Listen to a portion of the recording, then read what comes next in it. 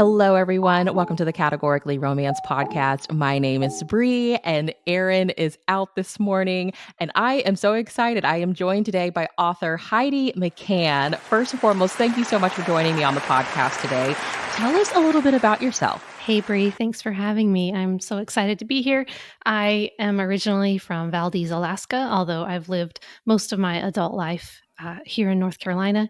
I am married to Steve. We have 3 sons, one in college, one in high school, and one in middle school.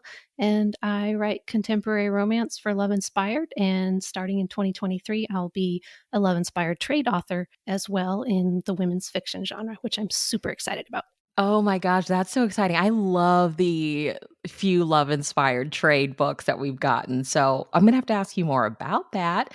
But first, okay, tell me. So you have a college student, a high school student, and a middle school student. How Yes, is ma'am. that going for you? Because my oldest 2 are in middle school and my youngest is in first grade. So, and they're all 3 boys, right? Yes, Okay, all boys, all how boys. is that going for you?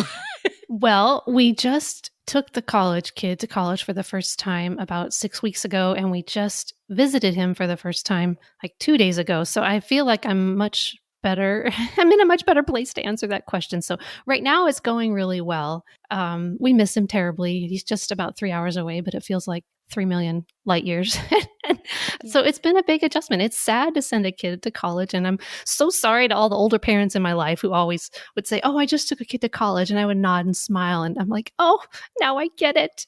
But Yeah.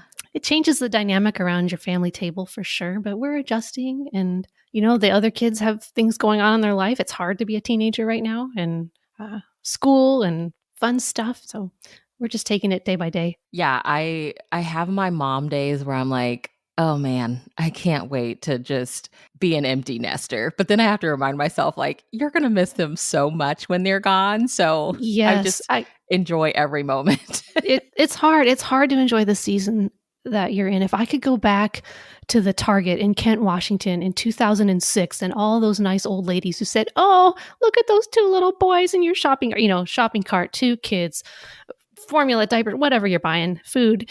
And they're like, "Oh, it goes so fast." And you just want to punch them, right? You're just like, Yes, because that phase feels like it's lasting forever. right. One day lasts 1,000 years. What are you talking about? And then all of a sudden they're going to college. And you're like, "Wait, I'm sorry." Yeah. Can I get a do-over? Yeah. Yes. Yeah.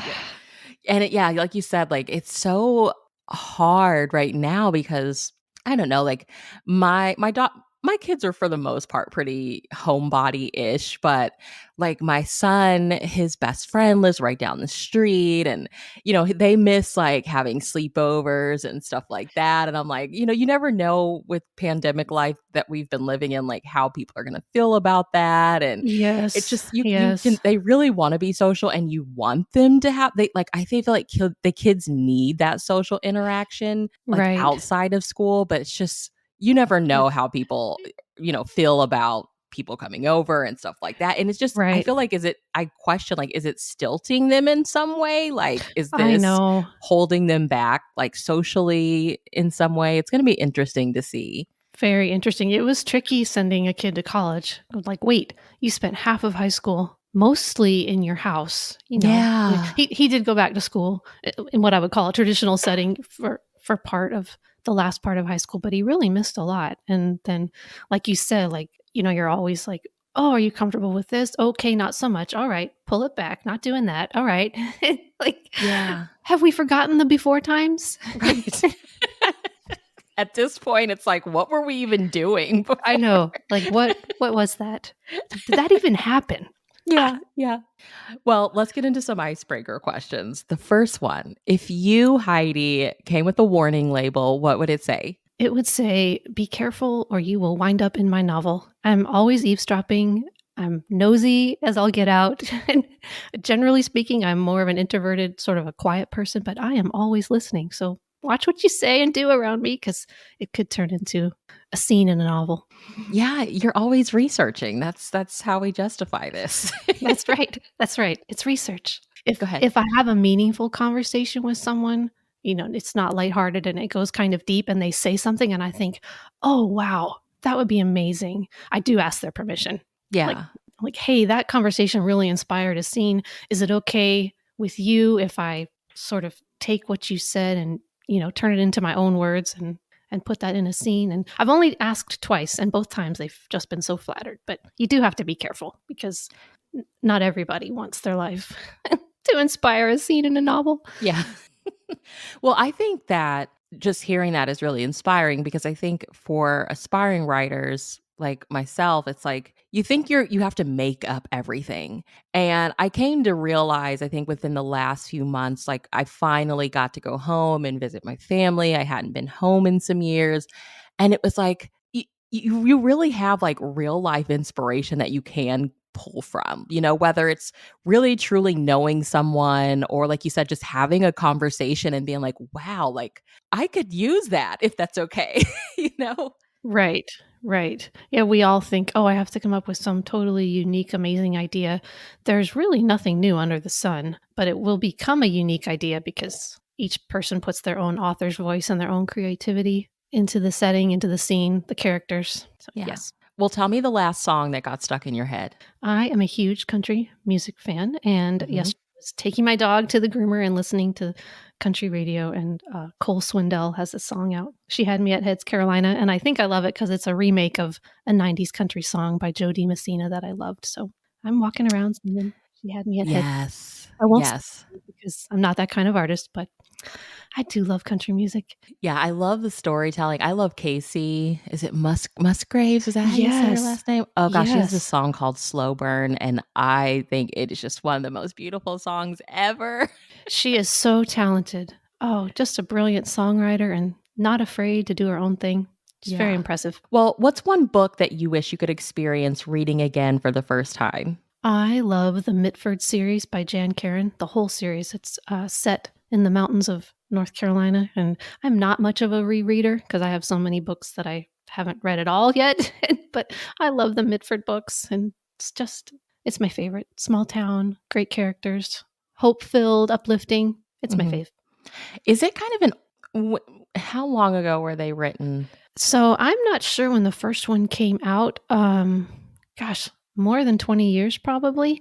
And Okay. then she said that she was finished. And then she said, well, my readers keep asking for more. And so she did write some more. And I think probably that most recent one came out a couple years ago. I saw that she's going to be inducted into I'm not going to get this right, but the Christie Award is one of the most prestigious, if not the most prestigious award that you can receive in Christian fiction, and they have a Hall of Fame. And I see that she's being inducted in November in Nashville. So I don't know if she's a retired writer, but yeah, Yeah, she's you brilliant. never know. Yeah. Give us like the elevator pitch for the books that you enjoy writing. I like to say that I write sweet, wholesome romance novels featuring small towns and characters in need of redemption and second chances, which I probably need to hone that pitch a little bit. It's hard. It's hard to summarize what you write.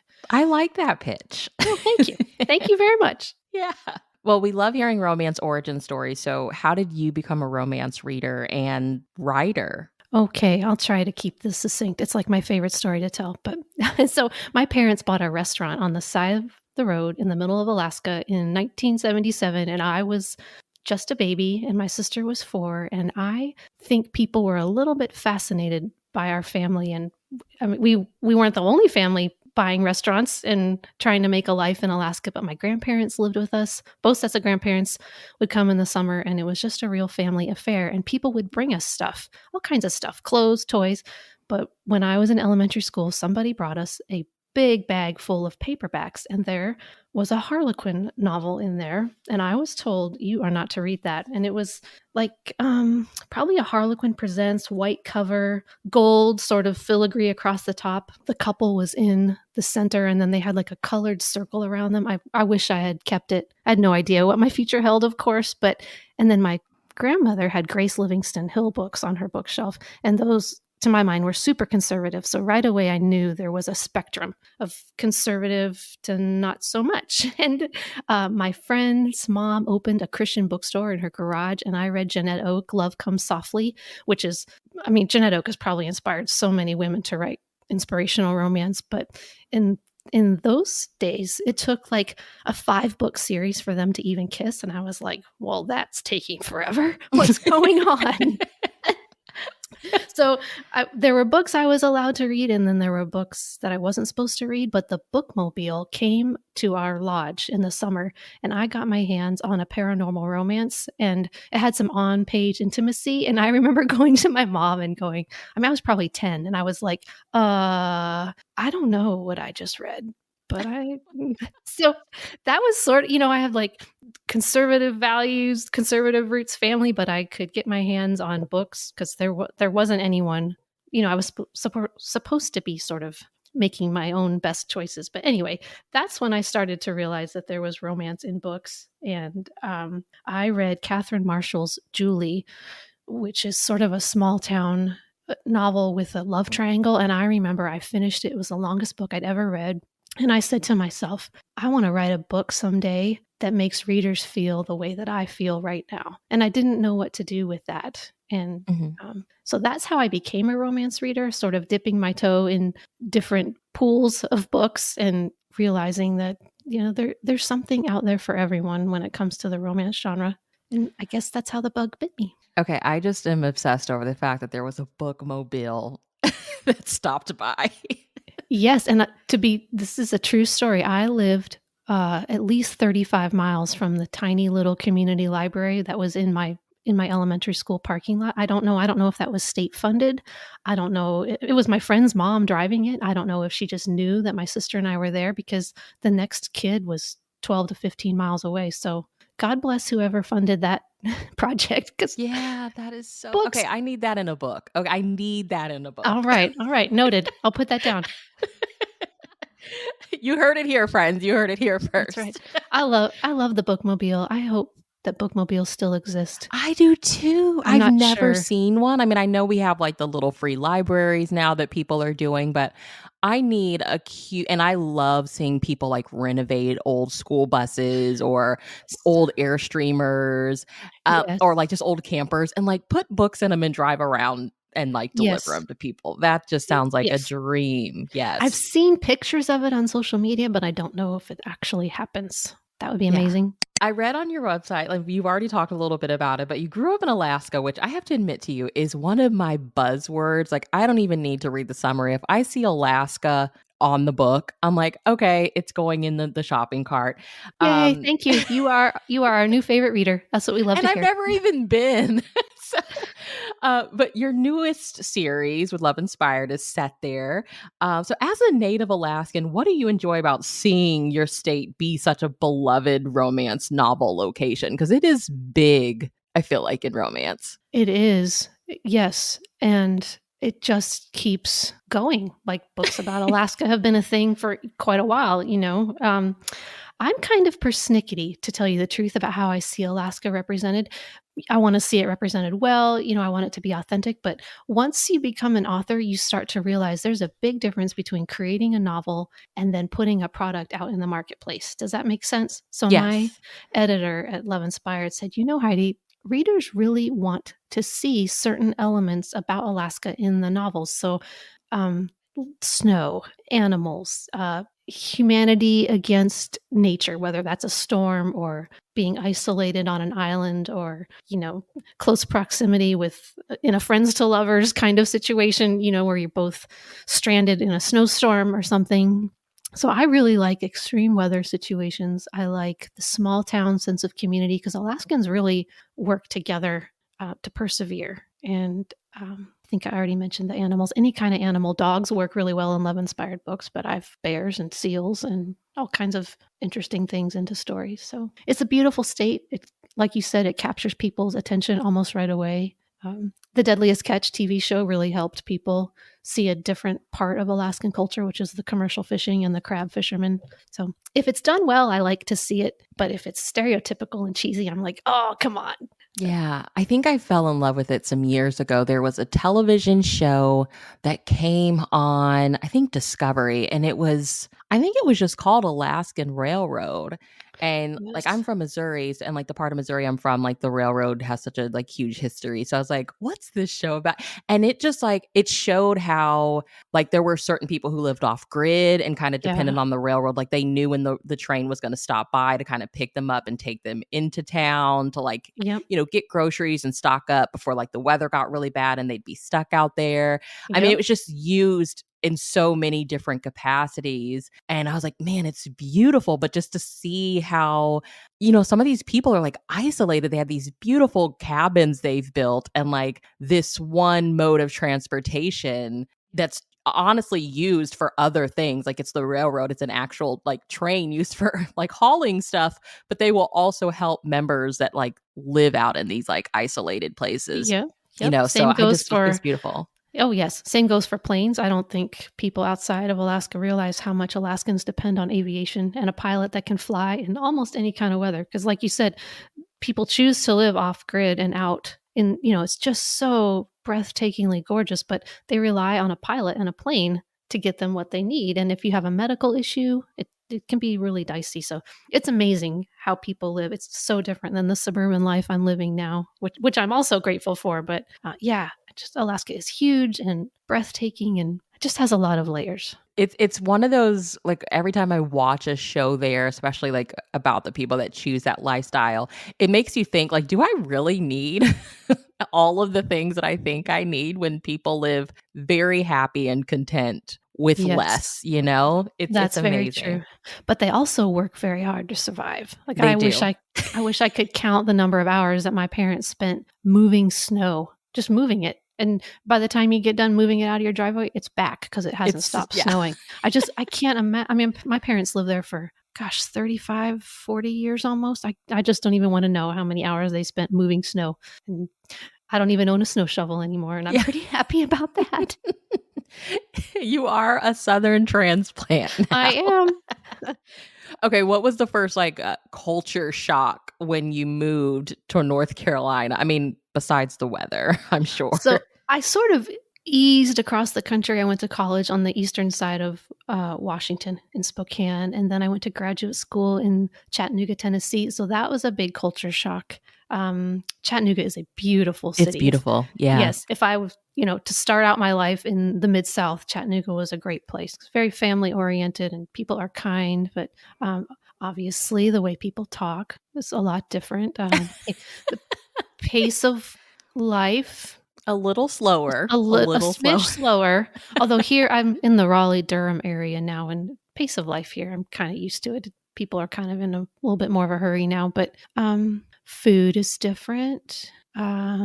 Just the way that people communicate. In Alaska, I feel like we don't have time for games or just say what you wanna say. Just say what you Yeah. wanna say and mean it, and we don't have time to worry about who your relatives are or their connection. Like we probably know your relatives because there's not that many of us here. So in the South, there's a huge emphasis on, what family you're from and I don't know. I could go on and on. It's fascinating. And that does go in a book. Yeah. I've all of my observations about Southern culture are making their way into novels because I'm like, wow, this is Yeah. fascinating. Tell me about your journey to getting published with Harlequin, because you had a series. Did you self-publish it or was it with a small press first? Like I saw Uh, those. It's like a 3-book series with gorgeous covers. oh, thank So you. how did you go from doing that to getting with Harlequin? So I wanted to be an author like forever, but I went to college and I felt like, well, English majors don't get jobs. That had kind of been drilled into me and so I was an English minor. I was a sports medicine major, which is an athletic trainer, run out on the field, scoop up the injured athlete, help prevent injuries by taping ankles, that sort of thing. And it was fun. I enjoyed it, but it was not going to be my forever job. And I knew that. But I went to graduate school for it and got a master's degree. And I still really wanted to be a writer. In fact, I went to college with one of Debbie Macomber's children. And one day I was helping get ready for an event. He was an excellent runner. And I was nearby as they were preparing for cross country practice. And he was talking to his friend about his mom's career. And that was the first time I had connected a real life person that I knew with an author, even though, she wasn't there or anything. I never met her, but I was like, Debbie Maycomer, huh? And I filed that away. So years later, I'm a stay at home mom and I'm still wanting to be a writer. And I watched the Cedar Cove series on television. I think it was a Hallmark series Yeah, the or a Hallmark movie. Well, Channel. that's a Debbie Maycomer product. And I was like, oh, there's that Debbie Maycomer again, huh? So the first paragraph for my first book, Unraveled, sort of lived on a Word document for a long time. And then I turned 35 11 years ago. I'm 46 now. And I was like, I'm 35. It's now or never. I'm either going to do this or I'm not. So I started figuring out how do you become a writer? Like, what do you do to publish a novel? And Gail Gamer Martin, who is a love inspired author, I'm not sure if she's writing anymore. She had a great website. And so I would just scour that thing and I would study it. And in 2012, I think Love Inspired had a sort of a speed dating option. You went into a chat room. It's archaic technology now, but at the time it's what was available. And Emily Rodmill was there and she liked my pitch and she wanted to see all of Unraveled. And I think I finished it. I can't remember the details, but she wrote back to me and said, this is great, but the hero and heroine aren't together enough. And I was like, I don't even know what that means. Like, I don't, what? Now, had I read more love inspired books, I would have understood what she meant, that in a 55,000 word novel, the hero and the heroine have to spend a lot of time together to make the romance plausible by the end. But in the moment, I didn't know what that meant. But so I was approached by a small press to publish Unraveled. And so they did. And then I don't know what happened, but they just very quickly closed their doors and they weren't going to publish anymore. So I got the rights back and I had a new cover made. And then a group of authors invited me to be in a box set of novellas. And so that's Love Flies In. That's a novella also set in the same place as Unraveled. And that novella's box set did really well, which helped me get a literary agent. And by this time, it's now around 2015, and Love Inspired has another competition, Blurb to Book. And so I had a little bit more of an idea of what went into a Love Inspired book, but I still didn't quite get it. So Shayna Asaro read my contest entry, and I just kept advancing until I had submitted a full manuscript. And I didn't win, but she worked with me until we revised that manuscript until she could offer me a contract. And that was The Firefighters Twins. And it came out, I think, in 2018. So yes, I did start out with a small press, which turned into becoming an independently published author. And I did write 2 books and a novella, and then I stopped. No, I did do 2 more separate titles that aren't part of a series, but then things got going with Love Inspired, and I don't have time to do self-published books anymore. Yeah. It's so sad to see those small presses go. Yes, and they, 2012, 2013, it was like the Wild West in Kindle land, right? Like ebooks are coming out all over the place. People are making great money. So I'm not sorry that I did it, but I am also grateful for my self-publishing experience because I learned what it means to take a book all the way from an idea to it's for sale on Amazon. And that's pretty valuable information. Okay, so this is like 2012 when those books were coming out, correct? 2012? I think that's when I got the idea. I think 2014 Unraveled was published for the first time, and then they gave me my rights back, but I just had to do a new cover, and I think that came out in 2015. Okay. Sorry, it's all kind of a blur. No. I'm all like this is the history major in me. So that's not too long ago, but take me back to that time because I didn't pick up my first romance until 2017, and it was a Debbie Maycomer.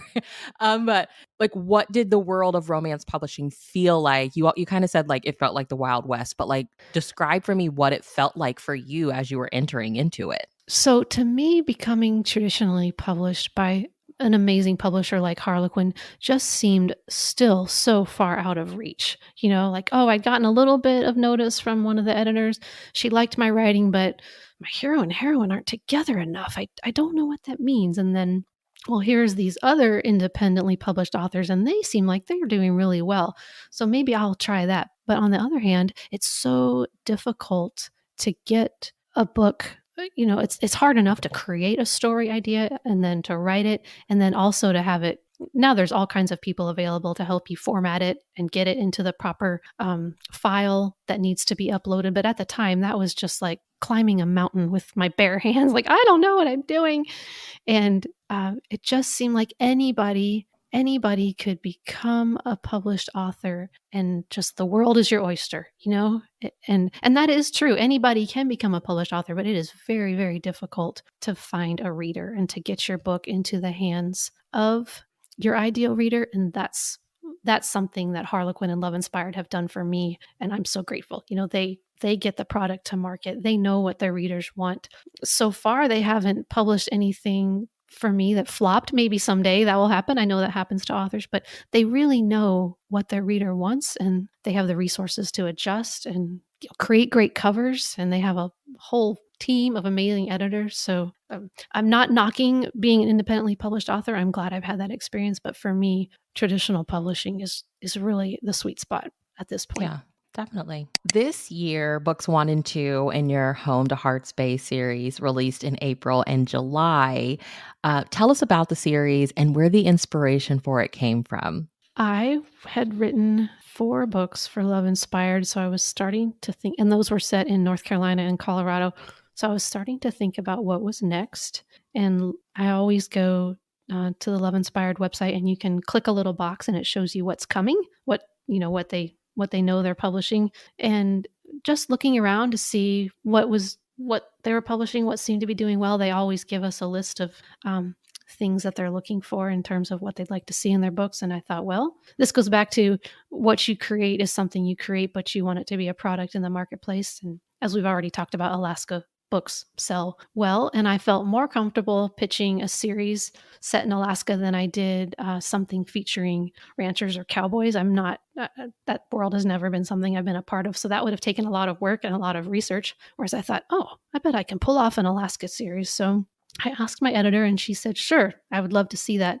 And so Kodiak Island is a real island in Alaska. And I thought, boy, that would be amazing to set a whole series on an island. So Orca Island is the name of the island in my Home to Heart Space series, but it's based on the real island of Kodiak. And I read an article about these heart-shaped rocks that wash up on the beach in South Central Alaska, and boom, that was it. That's the spark that lit the flame. I was like, that's it. This town will be called Hearts Bay. There'll be a rock that's shaped like a heart that people will love to have their picture taken by. And in my real life, my father had passed away in 2020 after a long battle with Parkinson's. So grief is sort of the through line in this series, which for Love Inspired book, you're like, what? But in the inciting incident for this family of sisters is that they lost their brother in a commercial fishing accident. And so he is mentioned. His friends are secondary characters in the series, but that's what happened. That's how I pitched the series. Even a rock that washes the shore can be inspiration for an entire series. And it was just a web story. It wasn't even a rock that I found on my own. I was just like, what? This happens? Yeah. Let's do it. I have to tell you, like, grief is, and I think this may come from starting with Debbie Maycomber novels, but I love reading grief stories. I think it's just like, it's something that we're all at some point going to experience. For sure. And it just, especially in romance novels, it just makes that happy ever after just so much more special because you've seen these characters work through that grief, you know? Right. And I'm in a season of like, well, we all witnessed a lot of loss, whether you lost a loved one during the pandemic or not. Surely you know somebody who did. And we are all going to lose our parents at some point. I mean, nobody really wants to think about it or talk about it, but I'm in a season of life where, you know, loss is ever present. And I don't want to write a heavy, dark book, but I do want to offer hope and encouragement. And every book ends in a happily ever after, so we know we're going to get a feel good story. But grief is a part of my life, and you'll see it a little bit in every book in this series. I haven't written them all yet, so I can't say for sure, but yeah. I'm working on book 4 and it's still there. Yeah, I think the hope part is I don't know, when I think of grief stories, I always associate hope with it because it's like, you know, like I said, it's something everyone is going to experience, but just reading it on page, it's like, it's so hopeful and just a reminder that you will get through it. You know, grief, it looks different for everyone. It lasts different for everyone, but like eventually, like every day will get a little bit easier. So yeah, I kind of associate those two together when I like pick up a good grief romance. It's like this is going to be hopeful in the end because they're going to get through it. And next time I'm like experiencing grief as well, I can remember these characters and remember like eventually they made it through, you know? So I don't know. I personally love grief stories. Oh, good. Well said. I like how you described that. Grief is part of our life, but joy and sadness can exist together, and they can exist together in a novel. Yeah. Can you share with me a little insight into your writing process? Like, do you set daily writing goals? Are you a plotter or a pantser? Like, tell me all the details. Like, you sit down to write, you know, tomorrow. What does the scene look like? Oh my goodness, it's a hot mess. Okay. It's probably the best. Yeah, good stuff comes from hot messes. So I am a student of Susan May Warren and Rachel Houck. They are kind of my unofficial heroines in the business. I don't know if they started out with Love Inspired. They might have started out with Steeple Hill, which to me is the predecessor to Love Inspired. I could be wrong about that, but anyway, they both have done quite well in the inspirational romance space. And Susan May Warren has a school for writers. It's online. It's called Novel Academy, and she and Rachel are close friends. And they used to do a lot of online teaching. I would go if they were teaching at a conference. I would try to attend, but Susie has a method called the story equation. People can buy her book. It's available on Amazon. And so I use her method. And then Love Inspired sort of requires a particular kind of plotting process just so that you hit all of the points that you need to hit in the novel in a 55,000 word count. So my process is I really wish I was a pantser. It sounds like it's so fun. And I thought I would be, but I will just sit at my computer and stare if I don't have a plot, sort of a roadmap to go with. And then also, I used to have to write an entire manuscript and try to sell it to Love Inspired. And I'm fortunate that now I don't have to do that. I can sell an idea on 3 chapters and a synopsis, which is a plot summary. So I have to follow that. If that's what I sold, that's what I have to stick to. So I prefer right now to dictate. So I'll sort of map out on a piece of paper some sensory details, what the goal of the scene is, what's the problem, like how are we going to put conflict or tension and onto the page, and then I just talk into my phone. I can usually go like 8 or 10 minutes, and then my brain just sort of needs a little bit of a break. So I upload that dictation into a transcription service, and it transcribes it back into a Word document. And then I paste that into one big giant Word document. And I usually, after about 4 or 5 scenes, I have to go back and edit because it's just sort of a word soup and my story can go off the rails. So then I spend, I don't know, it could take me a few hours, it could take me a couple days. And I just work through that dictation until I'm happy with it. And then I sort of rinse and repeat. I hope that made sense. That's my process. Well, with Love Inspired, the stories are, I think, very character driven. Like there's a lot of internal conflict and emotions. Tell me about like getting to know your characters and writing your characters. So that's an excellent question. Yes. So the internal conflict, that's the reason why the hero and heroine couldn't possibly fall in love. You have to kind of reverse engineer that and so that your readers can have that emotional experience. So back to Susie May Warren and Rachel Houck, what they've taught me is to invent a moment in the characters' pasts that took them to a dark place. Like I listened to your interview with Melissa Enlick, and she kept saying, "Don't overthink it. Authors, don't overthink it. Like it doesn't have to be a traumatic event. It just has to be something that left them feeling wounded, and then you have something to work with. You have some angst that you can put onto the page. False beliefs that these characters have absorbed that keep them from getting their happily ever after." Yes, I love those false beliefs. Well, that's a key to me. That's a key part of creating a story is your characters there's a lie that they are believing. And it's true in real life too. We all have things that we tell ourselves that aren't true, or things that other people have said to us that we believe are true. And so we sort of carry that emotional baggage with us through life. And you want your characters, they're fictional people, but we want them to feel real. Do you think that like the like she Susan said, create that one moment in their past. Do you think for aspiring writers, do you think that tends to be what people overthink? Like obviously it's something that has stuck with them, but like do you think that people assume it has to be this super dramatic event and like that's hard to come up with for people? I do think that authors can struggle with how to create that backstory because it doesn't always have to be super dark. It could be something. It could just be one line that somebody said to them that has just really driven their behavior and their thought patterns. I will say that in the inspirational genre, we tend to be pretty nice people and we don't want to do things to our characters that would be sort of mean. But I've had to learn to be, I've had to learn to make my fictional people hurt. And almost to the point of like the most outlandish ideas have been the ones that have sold. I'll be like, they are never going to go for this. Like in this series, I have a switched at birth. I have a switched at birth situation where they find out in their adult lives, through the I don't want to give a plug for any particular online genetic testing. They're probably not sponsoring this Yeah. episode, but there are some options out there where you can upload something and you can find out your genetic history. And so I have the characters do that and I'm like, switched at birth. What? No way. And yep, it's happening. It's the book comes out in late February and then there'll be another one with the other person who's switched at birth. But like you have to take what you see in real life and put it on the page and then put your own spin on it and see what happens. Yeah. Yeah. Wow. Oh, I can't wait to read that.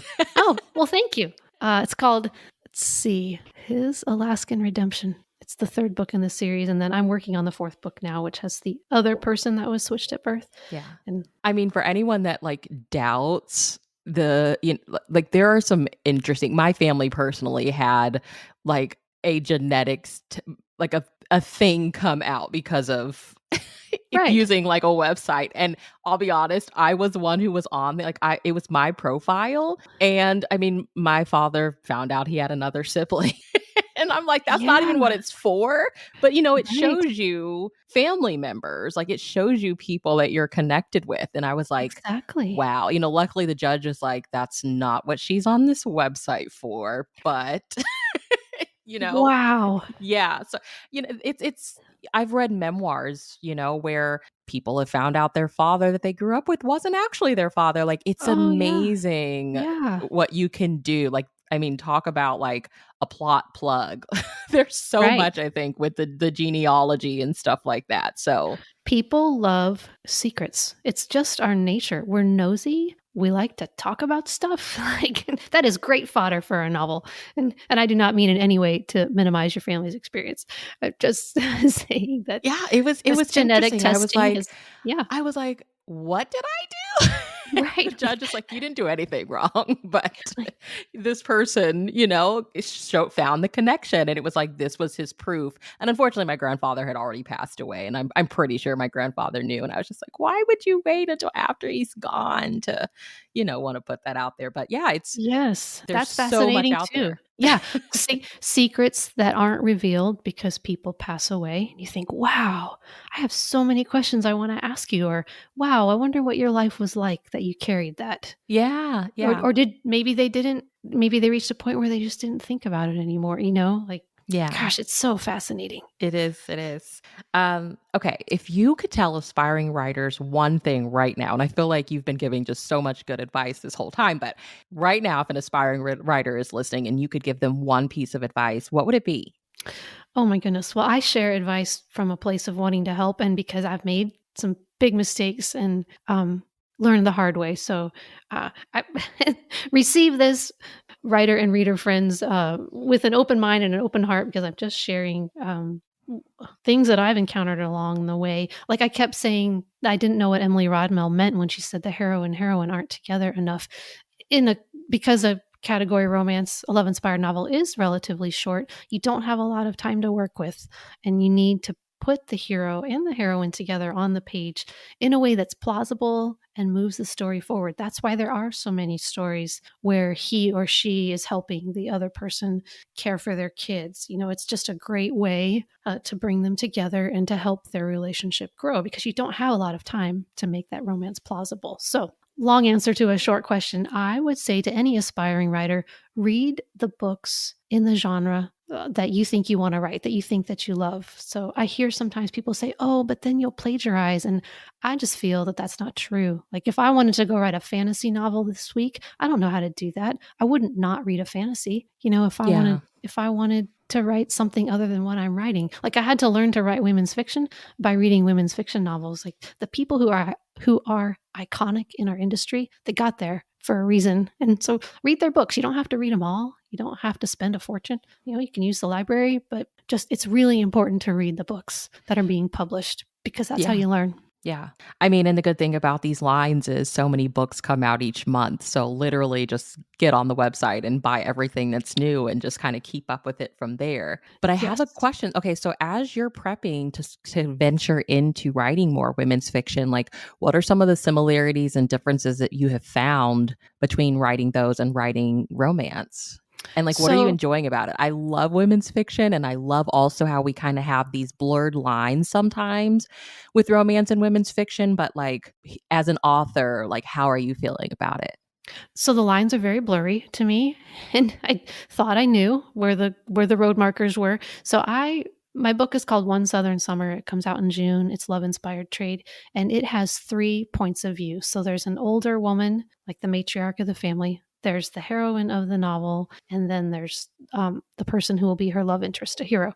And so I wanted to just do like one scene from each person's point of view, just rotate through the whole book. And I did do that at first, but Shayna helped me see that women's fiction is more about the journey of the heroine, right? It's how she goes from being the mess that she is on page 1 until she gets her happily ever after. I just about spoiled my own book. Whoops. So she helped me see that we need to have a little bit more from the heroine's point of view instead of being, 33% from each point of view. So, gosh, I learned a lot. It's really hard. It's really, really difficult to write a full length novel. I thought I knew how to do it because I did it as a self published author, but these are the love inspired trade length are. I think mine is at 95,000 words. So that's the Oh, longest book I've ever. wow. We are Yeah. just about to go into the last phase of revision, so I think it'll probably stay at 95,000, but anyway, that's the longest thing I've ever written, I think, is 75. So Yeah. I mean, so the focus isn't on the romance per se, it's on the journey of the main character. yes, Wow. Yeah. and Yeah. sort of finding herself again. So she's a divorced single parent of 2, and so moving back to her hometown in Alabama. So in her mind, the last thing she's looking for is a relationship, but it ends up being a second chance romance. And Well, I'm so yeah. excited.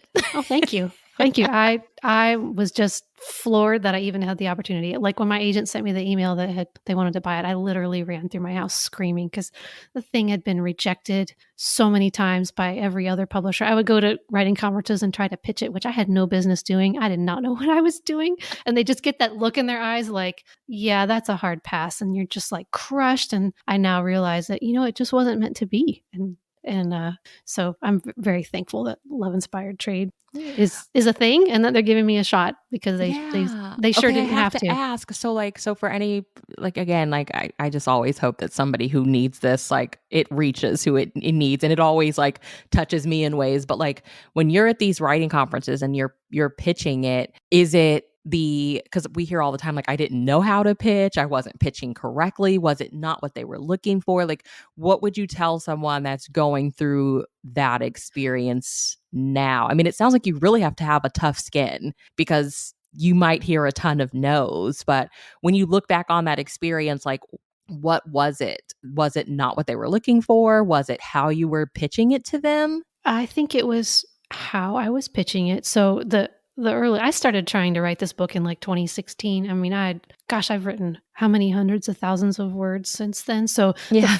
the first iteration of the book was not very strong. And my pitch, I didn't know how to pitch. Like I understood the concept and I for sure practiced, but you've signed up ahead of time and you're waiting out in the hallway. And then there's a sort of a host or a hostess at the door who summons you and you go in there and it's literally somebody pretty substantial at the publishing house. And this would be like Bethany House, Thomas Nelson, Tyndale, So the big publishers in Christian fiction, because this is a conference for Christian fiction writers, Okay. and then Love Inspired is also there too. But I was already in the Love Inspired lane with my category romance, and at the time I didn't know that they were going to be doing trade length, so I was trying to get this big book published elsewhere, and I was pitching poorly. My pitch didn't really make a whole lot of sense, and then they're stuck just sitting there looking at you, and you're like, okay. And then the timer rings, and then you're free. But I mean, it's terrifying. It's also a pretty important part of the process, because you do need a pitch. Even if you're independently published, you need a really solid one-line hook that you can put at the top of your product description if you're going to sell your book in an online marketplace, which if you're independently published, you most certainly are. So I think learning how to pitch your work is crucial, but it is brutal. It's so hard. I mean, I see people's pitches on Twitter when they'll have these Yeah. different like pitch events, and I'm like, how did you come up with that? That's incredible. Yes. It takes a lot of work. I've done those before. And yeah, you have to, I'm sure there's books about it. I don't know. I go back to what Susan May Warren and Rachel Halk have taught me, which I will say for aspiring writers, having a goal, motivation, and conflict for every character that's in your story, that's key. If you can That's get those key. down, you're probably on your way to writing a pretty good book. Yeah. Well, let's get into some round out questions. All The right. first one, tell me a film or television show that you will never stop watching. I love some of those classic romantic films. Well, they're not classic, but classic for my generation, like Miss Congeniality, While You Were Sleeping, Sweet Home Alabama. Those are three for sure that I will stop and watch. At least Yes. I'll watch at least part of it again. Oh my gosh, Sweet Home Alabama. Like, or why That's you want to right. marry me for? So I can kiss you anytime I want. Oh, that's the best. I love that movie. Oh my I gosh, even Reese he even Witherspoon is. Yes, and he's the voice of the Home Depot commercials, and I just listened to Josh Lucas. I hear his voice in a Home Depot commercial, and I'm like, "Ah, Sweet Home Alabama." Yeah. Poor guy, typecast forever. Well, what's one thing you never actually need more of, but will unapologetically continue hauling for yourself? Books, hardback, paperback, audio, ebook. Can't stop, won't stop. Books. Yeah. Spoken like a true reader. That's right. I was typing this question yesterday and I was like, it's probably books, but we'll Right. see. I was like, what else could I say? I'm like, well, it's books. I'm not going to lie. Yeah. I think mine is like books and socks. I love like a fresh packet of like new socks. Oh, yes. Well, socks will be second on my list then. Yes. Well, you decide you want takeout for dinner tonight. Where do you order from and what's your order? Fish tacos and chips and guacamole. That's my Oh thing. my gosh, yes. Are you getting like is there like a local taco truck or like a There taco probably spot? is. There probably is, but I have teenagers, and so we go where we know that everyone can eat and be happy. So there's a local restaurant that it's quite tasty. It's a Love that. chain Yeah. restaurant. Yeah. Well, what's one of the toughest pieces of advice you've ever received? Oh my gosh. There's a lot of there's a lot of tough advice and rejection in being a writer. I think being told I should be reading more of the books in the Love Inspired line. I read a couple at first, but I didn't read enough, so I didn't really understand. Okay. And yeah, so that's pride, right? You get some advice and you're like, oh, that doesn't really apply to me. No, it does, which is why I'm saying it forward. Read the books. You'll Yeah, I learn was gonna so say much. you that was the advice you shared, and now it makes sense that that's what you would share. Yeah, if you want to write in a line, I think it's safe to say you need to read the line first. Yeah, For sure. Because there's so many and they're not all the same. well, this may be the same, but if you could go back and give yourself one piece of advice at the beginning of your writing career, Wild West days, what would it be? I'm going to quote Macy Yates. I'm sure she won't mind. She's a prolific, successful Harlequin author, but she Yes. said one time, practice finishing. And that means practice finishing a manuscript. Even if you think this is the worst thing I've ever written, this will never see the light of day, just finish the story. It's really painful. You're probably going to want to quit at least once, but writing an entire novel is the only way to learn to write a novel. Nothing Yeah. wrong with classes and conferences and having a critique partner. But if you start a story and then quit it and start a new one and quit it, like you don't really ever you'll become a master at writing 3 chapters, but you really have to slog your way through the middle to get to the other side. I have heard horror stories about the middle. Oh, it's awful. It's really terrible. I am a plotter, but I don't know what's going to happen in the middle. I have to make something up because I have to sell the concept and it has to go in the synopsis. So I usually brainstorm the end because there's going to be a happily ever after. And then I work backward and then I think about, okay, well, what happens in the middle of a book normally? In a love-inspired book, the exact middle is usually a kiss. So then that gives you something to work with because you need the before the kiss and the after the kiss part. Well, one beautiful thing that I can say about social media is we get reels and videos from Maisie Yates with writing advice now. Oh my gosh. She is so fun to watch. Yes. Oh my word.